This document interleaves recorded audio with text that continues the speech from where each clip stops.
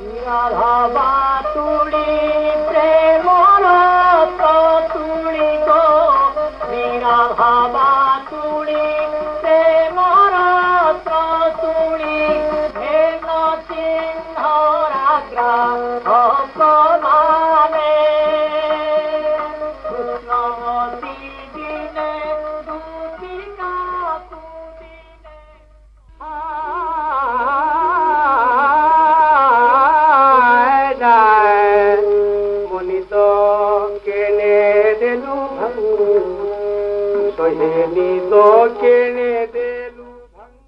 आनंद लगिला मैं आज निमाईचरण हरिचंदन आज केन्द्रापड़ा घरे आज कौट से निश्चिंत शोथे आज इह जगत नहांती किए आम अपर्णा पाणिग्राही जे पारला खेमटी अंध गायक सी आज नहांती धन्यर विज्ञान तू आज कौन न करिचु लोक चलीगले हाँ तो तार भय तार स्वर तार भयस गुड़ा बंची रही से दिन ठार मोर हबी बढ़िला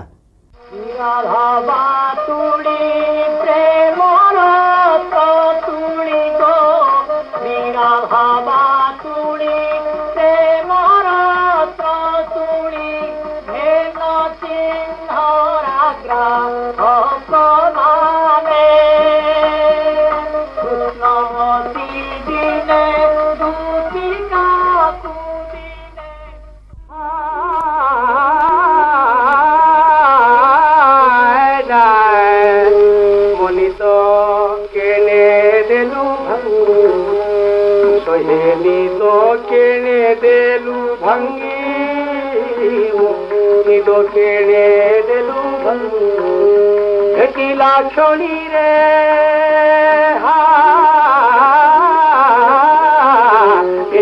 क्षणी रे भारत जननी नमस्ते भारत जननी नमस्ते भारत जननी नमस्ते हिमालय पीड़ित विमंडित श्यामल शरीरा कंठे सिंधु ब्रह्मपुत्र भागीरथी कूल प्लाविनी पुतनीरा कटी तटे झलमल चारु विंध्याचल किंकिराजपुरस्ते भारत जननी नमस्ते भारत जननी नमस्ते भारत जननी नमस्ते लाइब्रेरी रेकर्ड कथा कहते मो पास प्राय भारत सब भाषा रेकर्ड अच्छी 13 प्रकार भाषा रेकर्ड अच्छी खाली से तो नुहे 13 प्रकार भाषा रेकर्ड अच्छी संगीत नाटक इत्यादि इत्यादि आम जो लोकाल आमर जो ओडिशार आम राधानाथ रथ हरेकृष्ण महताब बसंत मंजरी देवी लिंगराज पाणिग्राही आचार्य विनोबा गोटे रेकर्ड अच्छी से रेकर्डटा हूँ बारिपदार छात्र सभा आमर भाषा आमर उत्कल संस्कृति भारतीय संस्कृति सब लोप हो जाए कारण से ईश्वर आशीर्वाद से कौन ईश्वर आशीर्वाद है मु खाली संस्कृति गुड़ा रखी 7 मसीह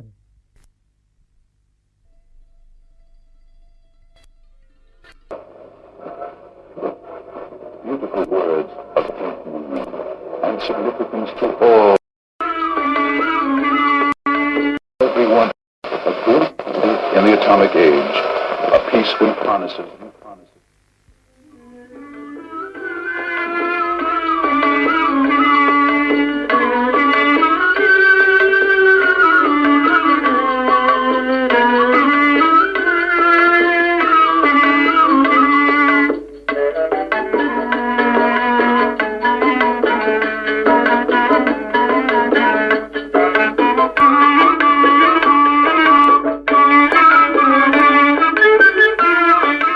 आउ कौन गोटे संस्कृतिटा बंचिक रही है मोर अंतिम इच्छा मुझे पुओ को कहीदे जमी मु मरीगला जमी लोक सब बैंड पार्टी बजे बाजे नौ सेमती बैंड फैंड बजे मत ने मो डेड बॉडी की ये आत्मा शांति पाइबनी ये आत्मा शांति पाइब केवल जे मु ମୁଁ ମରିଗଲା ପରେ ମୋର ଡେଡ୍ ବଡି ସାଙ୍ଗରେ ରେକର୍ଡ ବାଜିକି ଯାଉଥିବ, ସେଇଟା ହେଲେ ମୋର ଆତ୍ମା ଶାନ୍ତି ପାଇବ। ଏ ବିଷୟ ମଧ୍ୟ ମୁଁ କହିଯାଉଛି। ମୁଁ ତ ସେତେବେଳେ ନଥିବି, ଇଏ କ'ଣ କରୁଛି, ମୋର ବଡ଼ ପୁଅ କ'ଣ କରୁଛି, ତାଙ୍କ ଇଚ୍ଛା ଈଶ୍ୱରଙ୍କ ନିର୍ଭର କରେ।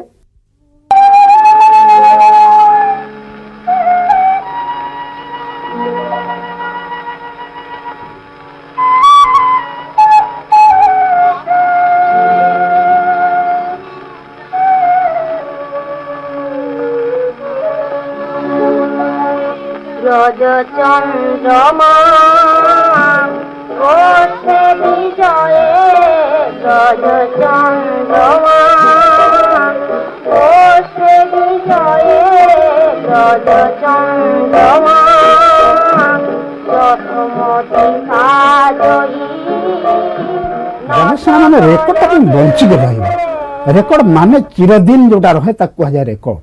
ରେକର୍ଡଟା ହେନି ଏଠି ସେଠି ଫୋପାଡ଼ି ଦେବା, ଭାଙ୍ଗିଦେବା, ତୁଟିଯିବା, ସେ ନାହିଁ। ରେକର୍ଡ ଯେବେଠାରୁ ସୃଷ୍ଟି ହେଲାଣି, ଆମର ଭାରତବର୍ଷରେ 1907 ମସିହାରେ ଫାର୍ଷ୍ଟ ମ୍ୟାନୁଫ୍ୟାକ୍ଚରିଂ ହେଲା ରେକର୍ଡ। ସେଦିନ ଠାରୁ 1987 ମସିହା ପର୍ଯ୍ୟନ୍ତ ମୋ ପାଖରେ ପ୍ରତ୍ୟେକ ରେକର୍ଡ ଅଛି। ବିଶେଷତଃ ଆମର ଓଡ଼ିଆ ଅଛି ବେଶୀ, ତାପରେ ହିନ୍ଦୀ, ବେଙ୍ଗଲୀ, ଅନ୍ୟାନ୍ୟ ଭାଷା ଆଂଶିକ ଅଛି। ଆମର ଓଡ଼ିଆର ସଂସ୍କୃତି ଏଗୁଡ଼ା କେମିତି ବଞ୍ଚି ରହିବ, ମୁଁ ସେଇଆକୁ ବଞ୍ଚେଇକି ରଖୁଛି। ଆପଣଙ୍କର 50 ବର୍ଷର ସାଧନା ଭିତରେ ଆଜ୍ଞା, ପୁରସ୍କାର, ସମ୍ବର୍ଦ୍ଧନା, ସମ୍ମାନ? ନାଇଁ, ମୋତେ ଓଡ଼ିଶୀ ରିସର୍ଚ୍ଚ ସେଣ୍ଟର ଆସିଥିଲେ କୁମକୁମ ମହାନ୍ତି IAS, ସେ ମଧ୍ୟ ଆମ ଘରକୁ ଆସିଥିଲେ। କେଳୁଚରଣ ମହାପାତ୍ର ଆସିଥିଲେ, ଯେ ନୃତ୍ୟଗୁରୁ, ପଦ୍ମଭୂଷଣ ନୃତ୍ୟଗୁରୁ, ସେ ଆସିଥିଲେ। ଯେଉଁ 1907 ମସିହାରେ ଯେଉଁ ଓଡ଼ିଶୀ ରେକର୍ଡ ସବୁ ଥିଲା, ସେଗୁଡ଼ା ସବୁ ରେକର୍ଡ଼ିଂ କରି ମୋଠୁ ନେଇଥିଲେ। ତା ଛଡ଼ା କଳିଙ୍ଗ ଭାରତୀରେ ଭଞ୍ଜଙ୍କ ବିଷୟରେ ମୁଁ କଳିଙ୍ଗ ଭାରତୀରେ ବଜେଇଥିଲି ରେକର୍ଡ ନେଇକିରି, ଯେଉଁଟାକି ଦୁଷ୍ପ୍ରାପ୍ୟ ମିଳୁନି ଅବିକା, ସେସବୁ ରେକର୍ଡ ମୁଁ କଳିଙ୍ଗ ଭାରତୀରେ ବଜେଇଥିଲି। ଭଞ୍ଜ ଜୟନ୍ତୀରେ ସେ ମୋତେ ସମ୍ମାନ ଦେଇଛନ୍ତି। ତା ଛଡ଼ା ଓଡ଼ିଆ ଫିଲ୍ମ, ଯେ ଆମର ଓଡ଼ିଆ ଫିଲ୍ମ ଯେଉଁ 1936ରେ ଯେଉଁ ସୀତା ବିବାହ ହେଲା, ସୀତା ବିବାହର ଡକୁମେଣ୍ଟ କେଉଁଠି କିଛି ମିଳିଲାନି। ତେଣୁ ଆମର ଯିଏ ବଟକୃଷ୍ଣ ତ୍ରିପାଠୀ, ଯେ OFDCର, ସିଏ କେମିତି ସନ୍ଧାନ ନେଲେ ଯେ ମୋ ପାଖରେ ଅଛି, ତେଣୁ ମୋ ପାଖରୁ ଆସି ସେ ନେଇଥିଲେ। ତେଣୁ ବଡ଼ ଦୁଃଖର କଥା ଯେ ମୋତେ ଇଏ ଦେଲେନି, ସାର୍ଟିଫିକେଟ୍ ଦେଲେନି। କିନ୍ତୁ ଦେଲେ ଗୋଟେ ଚଦର 1200 ଟଙ୍କାରେ, ମୁଁ ସେ ଲାଳାୟିତ ନୁହେଁ। ସେ ଚଦର ନ ଦେଇକି ମୋତେ ଗୋଟେ ସାର୍ଟିଫିକେଟ୍ ଦେଇଥାନ୍ତେ, ମୋତେ ମୁଁ ଖୁସି ହେଇଥାନ୍ତି। ମୋତେ ଲାଜ ମାଡ଼ିଲା। ସମସ୍ତଙ୍କୁ ସାର୍ଟିଫିକେଟ୍ ଦିଆହେଲା, ଯିଏ ଟିକେ କିଛି ଅଭିନୟ କରିଛି ସିନେମାରେ ତାକୁ ଗୋଟେ ସାର୍ଟିଫିକେଟ୍। ହয়তো ମୋର 50 ବର୍ଷ ସାଧନାର ଫଳ ଗୋଟେ ସାର୍ଟିଫିକେଟ୍ ନାହିଁ, ଗୋଟେ ଚଦର ଦେଲେ, ସେଥିପାଇଁ ମନଟା ଦୁଃଖ ଟିକେ ମୋର ରହିଛି। ତା ଛଡ଼ା ଆହୁରି ଯେ ଏସବୁ ଜିନିଷ କେମିତି ବାହାରେ ପ୍ରଦର୍ଶିତ ହୁଅନ୍ତା, ମୋର ଭାରି ଇଚ୍ଛା ଯେ ଟେଲିଭିଜନ କେନ୍ଦ୍ର ମୋତେ ଡାକନ୍ତେ, ସେ ମୋତେ ପଚାରନ୍ତେ, ମୁଁ ତାର ଉତ୍ତର ଦିଅନ୍ତି, ଏଇଟା ବହୁତ ଭଲ ହୁଅନ୍ତା। ଇତ୍ୟାଦି ଇତ୍ୟାଦି ଆପଣ ଯେତେବେଳେ ଆସିବେ ମୋ ହାତରେ ରେକର୍ଡ ଦେଖିବାକୁ ପାଇବେ। ମୁଁ ଲାଗି ରହିଛି ସଦାବେଳେ, କିନ୍ତୁ ବଞ୍ଚିକିରି ରହୁ, ସଂସ୍କୃତି ବଞ୍ଚିକିରି ରହୁ, ଉତ୍କଳୀୟ ସଂସ୍କୃତି, ଆମର ଭାରତୀୟ ସଂସ୍କୃତି। ଏବଂ ଏ ବିଷୟରେ ଆପଣ ଯେଉଁ କହୁଥିଲେ କିଛି ସମୟ ଆଗରୁ ଧ୍ୱନି ତରଙ୍ଗ ସମ୍ପର୍କରେ ଆପଣ ଗବେଷଣା କରୁଛନ୍ତି। ହଁ, ଧ୍ୱନି ତରଙ୍ଗ, ଆମର ଧ୍ୱନି ତରଙ୍ଗର ଆଉ ଗୋଟେ ବଡ଼ ଇଣ୍ଟରେଷ୍ଟିଂ କଥା ଆପଣ ଶୁଣନ୍ତୁ। ଅବିକା ବର୍ତ୍ତମାନ ହେଲା ଡିସ୍କ। ଯେତେବେଳେ 1877 ମସିହାରେ ଥମାସ ଆଲଭା ଏଡିସନ୍ ଯେତେବେଳେ ମେନଲୋ ପାର୍କ, ୟୁନାଇଟେଡ୍ ଷ୍ଟେଟ୍ସ ଅଫ୍ ଆମେରିକାରେ ଯେଉଁ ମେନଲୋ ପାର୍କ ଯେତେବେଳେ ସେ ଶବ୍ଦକୁ ପ୍ରଥମେ ଧରିପାରିଲେ, ସେତେବେଳେ ଥିଲା ସିଲିଣ୍ଡ୍ରିକାଲ ରେକର୍ଡ, ଯେଉଁଟାକି ଇଂଲଣ୍ଡ ମ୍ୟୁଜିୟମରେ ବର୍ତ୍ତମାନ ଅଛି। ଡକୁମେଣ୍ଟ କେବେ ନଷ୍ଟ କରାଯାଏନି। ଆଗେ ସିଲିଣ୍ଡ୍ରିକାଲ ରେକର୍ଡ ପରେ ହେଲା ଡିସ୍କ, ତାପରେ ୱାନ୍ ସାଇଡ୍ ଡିସ୍କ, ଆଉ କାଚର ରେକର୍ଡ। ମୋ ପାଖରେ କାଚ ରେକର୍ଡ ଅଛି, ଆଲୁମିନିୟମ ରେକର୍ଡ ଅଛି, ପିସ୍ପୋର୍ଟ ରେକର୍ଡ ଅଛି, ୱାନ୍ ସାଇଡ୍ ରେକର୍ଡ ଅଛି, ଆଉ ସ୍କୋୟାର ସାଇଜ୍ ରେକର୍ଡ ଅଛି।